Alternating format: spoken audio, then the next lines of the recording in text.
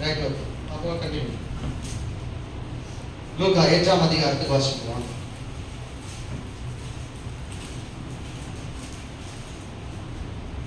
ஒன்று ரெண்டு வசனங்களை வாசிக்கலாம். கவனிங்க. பின்பு அவர் பட்டணங்கள் தோறும் பிரயாணம் பண்ண கிராமங்கள் தோறும் பிரயாணம் பண்றதை விட்ட போல நீ ஆசியா பிரயாணம் பண்றதை விட்ட போல நீ ரைட் அப்படியே காலம் கிடைச்சது. பிரயாணம் பண்ணி தேவனுடைய ராஜ்யத்துக்குரிய நற்செய்தி கூறி பிரசங்கித்து வந்தார். 12 அவரோடு கூட இருந்தார்கள். 2ஆம் வசனத்தை வாசிங்க. 2ஆம் வசனம். பொல்லாத ஆவிகளையும் சில ஸ்திரீகள் அற்புதம் பெற்ற சுகம் பெற்ற சில ஸ்திரீகளும் 7 பிசாசுகளை துரத்தப்பட்ட மகதலேனால் எனப்பட்ட மரியாளும் பாருங்க யோரோவின் காரியக்காரனான கூசாவினா யோவன்னாலும் சூசன்னாலும்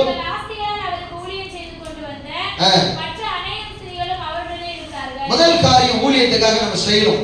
ஜெபம் பண்றதுக்கு ஆயத்தமா இருக்கும். அல்லேலூயா. யுத்தங்கள் அதாவது ஊழியர்கள் எப்படி கட்டப்படுகிறது என்பது நீ ஆசீர்வதிக்கப்பட வேண்டும் என்று தேவனுடைய திட்டம். ஊழியர்கள் கட்டப்படுவதனாலே நீ ஆசீர்வதிக்கப்படுவாய். ஆமென். அல்லேலூயா. தேவனுடைய ராஜ்யம் கட்டப்படுவதனாலே நீ ஆசீர்வதிக்கப்படுவாய் தவிர வேற ஒன்றும் இல்லை. கவனிக்க வேண்டும். பாருங்க இந்த இடத்துல கர்த்தர் சொல்றார். இரண்டாவது காரியம் பார்க்கலாம். இங்க அநேக ஸ்திரீகள் கர்த்தருக்காக தங்கள் ஆஸ்திகளால் ஊழியம் செய்கிறார். அல்லேலூயா. என்ன ஊழியம் செய்றாங்கம்மா? தங்களுடைய செல்வத்தை கர்த்தருக்கு என்று கொடுத்து, தங்களுடைய வருமானத்தை கர்த்தருக்கு என்று கொடுத்து, தங்களிடம் இருக்கிற பொருளாதாரத்தை ஆண்டவருக்கு என்று கொடுத்து கர்த்தர் ஊழியம் செய்வதற்கான எல்லா தேவைகளை அவர்கள் சந்தித்துக் கொண்டிருக்கிறார். அல்லேலூயா. அல்லேலூயா. சொல்லுங்க அல்லேலூயா. அல்லேலூயா.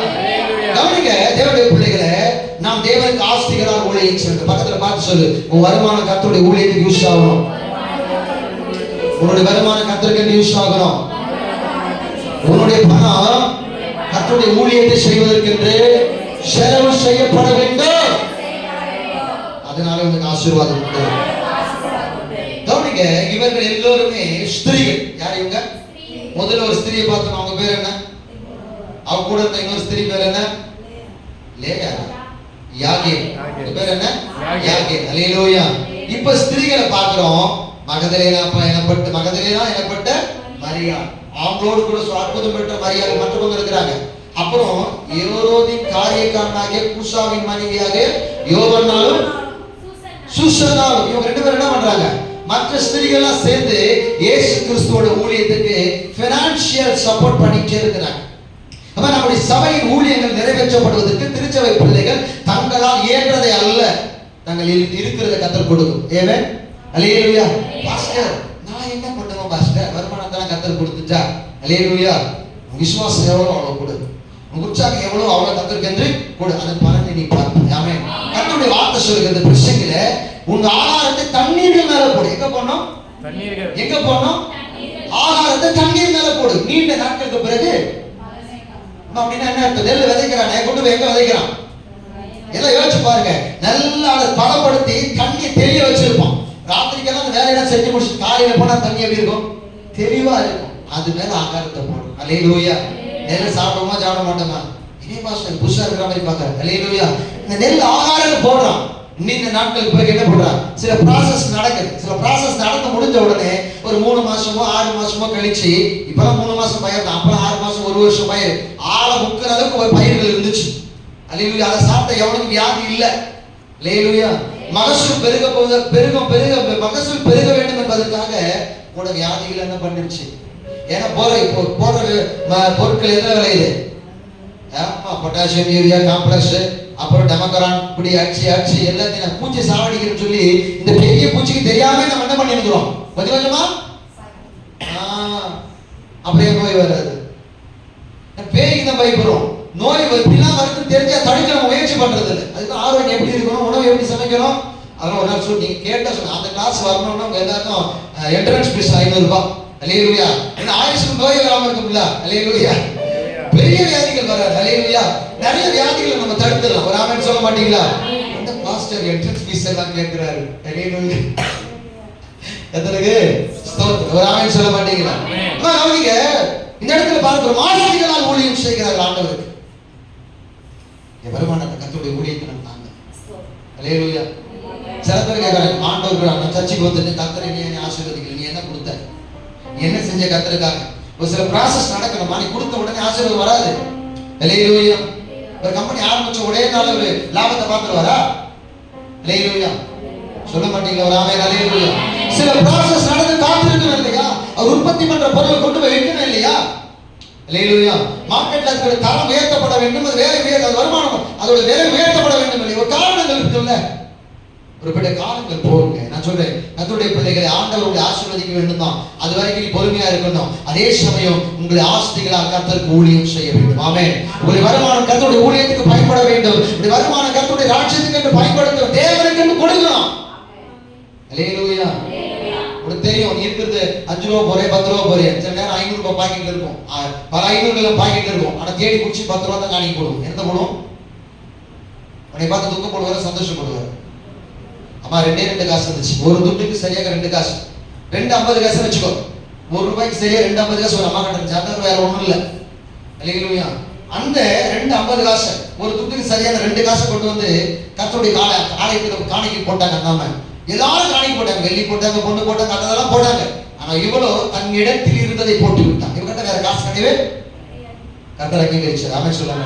அம்மா கவனிங்க, அங்கீகரித்தான்னு சொல்லப்படல, ஆனா அவர் வாய் திறந்து சொல்லிட்டாவே அங்கீகாரமா. கைகளை தட்டி ஆண்டவரை. ஒரு நாளைக்கு ஒரு காசு வேலை பண்ணது வருமா? இந்த மரியாதை எத்தனை நாளைக்கு வேலைக்கு போறாங்க? ஒரு நாளைக்கு வேலைக்கு போனா ஒரு வெள்ளி காசு. இப்ப எவ்வளவு அந்த பரிமள தைலம்? அப்ப அந்த அம்மா எத்தனை நாள் வேலை பார்த்துச்சு? 300 நாள் வேலை பார்த்துச்சு. 300 நாள் வருமானம்.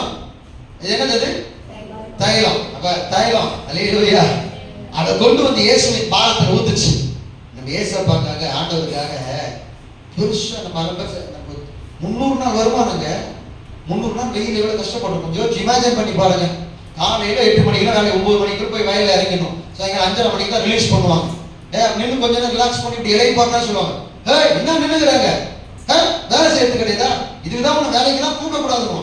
நம்ம கவனிக்க, வயல்ல வச்சுக்கிறவங்க கிட்ட போய் வயல்ல இல்லாதவர்கள் ஏழைகள் வேலை பார்க்கும்போது எவ்வளவு வசச்சொற்கள் வாங்குறாங்க தெரியுமா? ஓனர் பாப்பாங்கன்னு சொல்லி பயந்து பயந்து வேலை செய்வாங்க. இலை பார்க்க முடியாது. குழந்தை அழற குழந்தைய ஏறி தான் அந்த குழந்தைங்களை வச்சுக்கிற வேலைக்கு கூப்பிட்டு வரக்கூடாது. எவ்வளவு வார்த்தைகள், எவ்வளவு கடினம். ஏன்னா குடும்பத்தை நடந்து வந்த அம்மாலாம் இது மாதிரி மரியாதை குழந்தை கிடையாதுன்னு வச்சுக்கோங்களேன். ஆனா எது விளைவின வந்திருக்கலாம். 300 நாள் உழைக்கும் போது விளைவின வந்திருக்குமா இல்லையா? வந்திருக்குமா? வந்திருக்காரு. அப்ப எத்தனை நாள் விளைவினத்தோட வீட்டில் படுத்திருப்பா. ஆனா இது எல்லாவற்றையும் சேகரித்து தனக்கு ஒரு நல்ல வஸ்திரம் வாங்கியிருக்கலாம் அம்மா, நல்ல ஆபரணங்கள் வாங்கியிருக்கலாம் அம்மா இல்லையா? நல்ல நம்ம இப்ப நம்ம கிட்ட ஸ்திரீமார்கள் சகோதரிகள் கிட்ட காசு வந்து என்ன பண்ணுவாங்க? நகை எடுத்துடலாம் ஐயா. அல்லேலூயா. வீட்டுக்காரர்கள் சொல்லுவாங்க, நம்ம வீட்டுல பொம்பளை ஒருத்தி இருக்கிறா, அவருக்கு ஏதாவது எடுத்து வைக்கணும் சொல்லிவிட்டு இது மாட்டிட்டு வந்துருது. அல்லேலூயா. சொல்லிவிட்டு என்ன பண்றாங்க? அல்லேலூயா. சின்ன பிள்ளை வீடு பண்ணாங்க போடக்கூடாதுங்க. அப்புறம் யாரும் யாரும் கேட்க மாட்டாங்க, என்ன யார் கேட்க கூட தெரியாது. அல்லேலூயா. ஆசை யாரை விட்டது? ஹஸ்பண்ட் எடுத்து சொல்லி கூப்பிட்டு வாங்கிக்கணும். அம்மா கவனிங்க, அந்த அம்மா நகை எடுத்திருக்கலாம், நல்ல வஸ்திரத்தை எடுத்திருக்கலாம், அந்த காசுக்கு நல்லா சமைச்சு சாப்பிட்டுருக்கலாம், இல்ல தன் வீட்டை ஆல்டேஷன் பண்ணியிருக்கலாம், தன் வீட்டுக்காக இன்னொரு ரூம் எக்ஸ்டெண்ட் பண்ணி கட்டியிருக்கலாம். அல்லேலூயா. இல்ல அந்த 300 வெள்ளி காசுக்கு ஏதாவது ஒரு 2 மாடு 3 மாடு வாங்கி விட்டுணும் அந்த 6 மாடுகளை பெருக்கி இருக்கலாம். தன் வருமானத்தை இன்னும் பெருகுபடி எந்த காரியத்தையும் செய்திருக்கலாமே. ஏன் அந்த அம்மா 300 பணத்துக்கு அந்த பரிமள தைலத்தை வாங்கி கொண்டு வந்து இயேசுவின் பாதத்திலே ஊற்றினார். பணம் பெருசுல, இயேசு பெருசுனா. கைகளை தட்டி ஆண்டவரே. பணம் பெருசுல, ஆண்டவர் தான் பெருசு. அல்லேலூயா.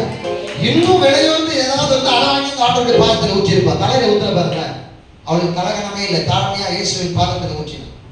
இவர்கள் இயேசுவுக்காக தங்கள் ஆஸ்திகளால் ஊழியம் செய்தார். நாம் செய்கிறோமா? கரெக்டா அந்த தசம பாகத்துல கூட என்ன கவனிங்க, ஒரு குறிப்பா சொல்றேன், ஒரு 15,000 உங்களுக்கு சம்பளம் அப்படின்னா உங்க வருமானத்துல எவ்வளவு தசமமா கொடுக்கணும் தெரியுமா? தசமமாக சரியா கொடுப்பது 10ல் 1 பங்கு. 15,000 1,500 ரூபாய் கர்த்தருக்கு நீ செலுத்தி இருக்கணும். அல்லேலூயா.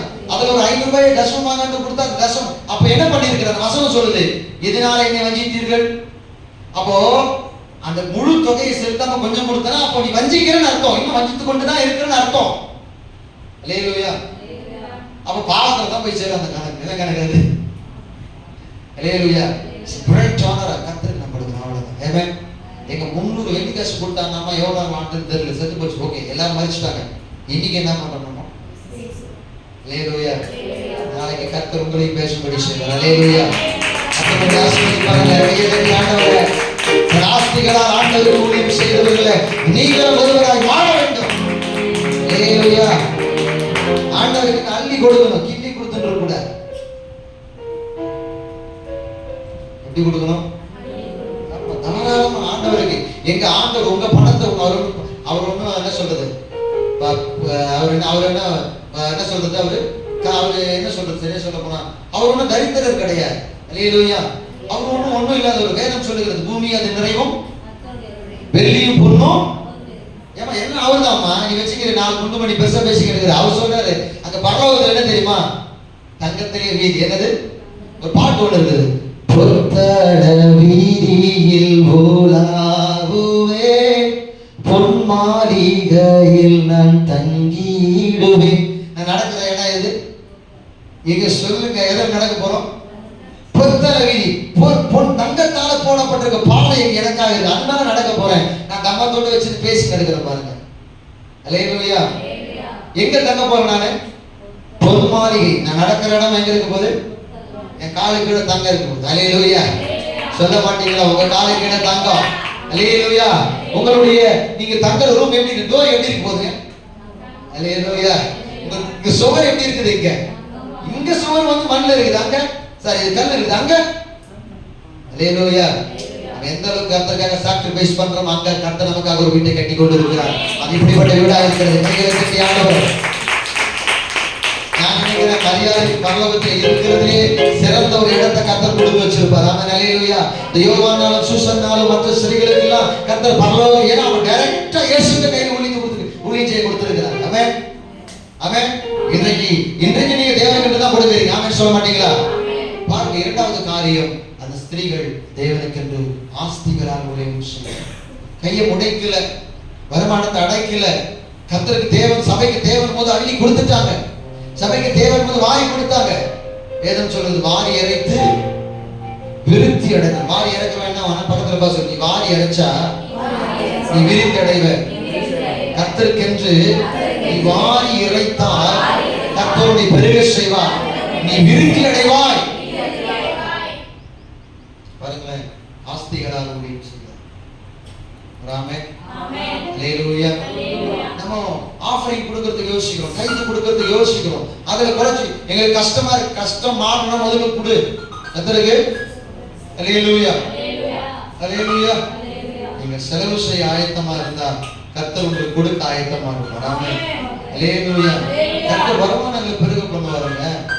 சாதாரண ஊர்வசி கம்பெனிக்காரர் தன்னுடைய என்ன சொல்றது, ரொம்ப கஷ்டத்தின் மத்தியில ஊர்வசி அவரே ஒருவரா போட்டுக்கிட்டு, நேற்று காய வச்ச ஊர்வசி எடுத்து கடைக்கடையா போட்டு கேட்டு கெஞ்சி கூத்தாடி கேட்டு பேசி அங்கங்க போட்டு வியாபாரம் பண்ணவர் இன்னைக்கு ஒரு பெரிய குயின்ஸ்லாண்ட் வாங்கி வச்சுட்டு போயிட்டாரு அவரு. அல்லேலூயா. இந்த குயின்ஸ்லாண்ட் ஓனர் யார் தெரியுமா? ஒரு கிறிஸ்தவர். அவர் பேர் செல்வராஜ் ஐயா, அந்த ஐயா பேரு. அவர் என்ன பண்ணார் தெரியுமா? அவருடைய முதல் கம்பெனி என்னது? ஊர்வசி சோப்பு தாங்க அவருடைய கம்பெனி. எத்தனை பேர் இப்ப ஊர்வசி வாங்குறீங்களா? இன்னைக்கு எவ்வளவு? 20 25 அன்னைக்கு எவ்வளவு? 10 ரூபாய் இருக்குது. அன்னைக்கு எவ்வளவு சிஸ்டர்? 1 ரூபாய் 2 ரூபாய். அன்னைக்கு 1 ரூபாய் ஆரம்பிச்சார். அப்ப அவர் உண்மையா இருந்த தசபாகத்துல தன் வருமானத்தை கர்த்தர் உண்மையா கொடுத்தார். நீங்க போய் சுத்தி வர குயின்ஸ்லாண்ட் அவர் எவ்வளவு ஏகப்பட்ட இடங்களை வாங்கி வச்சுட்டு போயிட்டார் குடும்பத்துக்கு. அந்த மனுஷன் ஆசீர்வதிக்கப்பட்டாரே இல்லையா? அப்ப நீங்க ஆசீர்வதிக்கப்படணும் வேணாமா? அப்ப வாரி இறங்கணுமா வேணாமா? கொஞ்சத்தில் உண்மை உள்ளது அநேகத்தின் மேல கர்த்தர் என்ன பண்ணுவாரு? கர்த்தருடைய ஊழியம். நமக்கு இந்த மீட்டிங்காக 20,000 கிட்ட தேவைப்படுது. பணத்துக்காக பேசல, சபைக்கு என்ன தேவையோ அதை பேசு, அதுக்காக செயல்படு. ஒரு பாஸ்டருக்கு ஒருத்தவங்க வந்து என்ன பண்ணாங்கன்னா மைக் வாங்கி கொடுத்தாங்க. என்ன வாங்கி கொடுத்தாங்க? Cordless mic. அப்படியே அந்த அவங்க ஊர்ல அந்த டவுன்ல இருந்து வில்லேஜுக்கு போகும்போது அந்த பேக்ல இருந்து மிஸ் ஆகி கீழே விழுந்துச்சு. சச்சா அந்த போனா அவர் பார்த்த மைக்கை காணும். அப்புறம் தூக்கி வந்து தேடுறாங்க, ஆனால் எவனையுமே பாஸ்டர் ஒரே ஃபீல். இவ்வளோ நாள் நம்ம என்ன பண்ணோம்? சாதாரண மைக் யூஸ் பண்ண கார்ட்லெஸ் நல்லா இருக்கும் ஃபீல் பண்ண. நமக்கு கார்ட்லெஸ் வாங்கி போச்சு, நமக்கு இருக்குது சரியில்லை, அதை சரி பண்ண முடியாது. ஏன் கார்ட்லெஸ் மைக்காக பேசுகிறேன் நினைக்காதீங்க. அப்போ ஒரு சகோதரன் என்ன பண்ணார் தெரியுமா? அவங்களுடைய பாஸ்டரோட வருத்தத்தை பார்த்து ஃபீல் பண்ணி மறுநாளே அவருடைய சொந்த காசு போட்டு அவருக்கு சமையல் உடம்புடைய வேலைக்கு போய் தான் வருமானம் அந்த வேலைக்கு முடிஞ்சது வாங்கி கொடுத்துட்டார். அல்லேலூயா. பாஸ்டர் ஃபீல் பண்ணுறாரு. கர்த்தர் என்ன தெரியுமா செஞ்சாரு? அவங்க பிள்ளைகளை அந்த பிள்ளைகளுடைய படிப்பு செலவை பொறுப்பேற்றுக் கொள்கிற ஆட்களை எழுப்பி விட்டார் ஆண்டவர். கைகளை தட்டியாக நீ இந்த கையில வரைச்சுன்னா இந்த கையில ஏதாவது விதத்துல கத்த கொடுத்துருவார் ஆண்டவர். அல்லேலூயா. கொஞ்ச நாள் ஆகும். அவர் கொடுக்கும்போது குழந்தைங்க எல்லாம் கை குழந்தைங்க 1-2 குழந்தை கையில வச்சிருந்தார். ஸ்கூல் போற வயசு கிடையாது. ஆனா அந்த பிள்ளைகள் ஸ்கூல் போற வயசு வந்த உடனே என்ன பண்றார் ஆண்டவர்?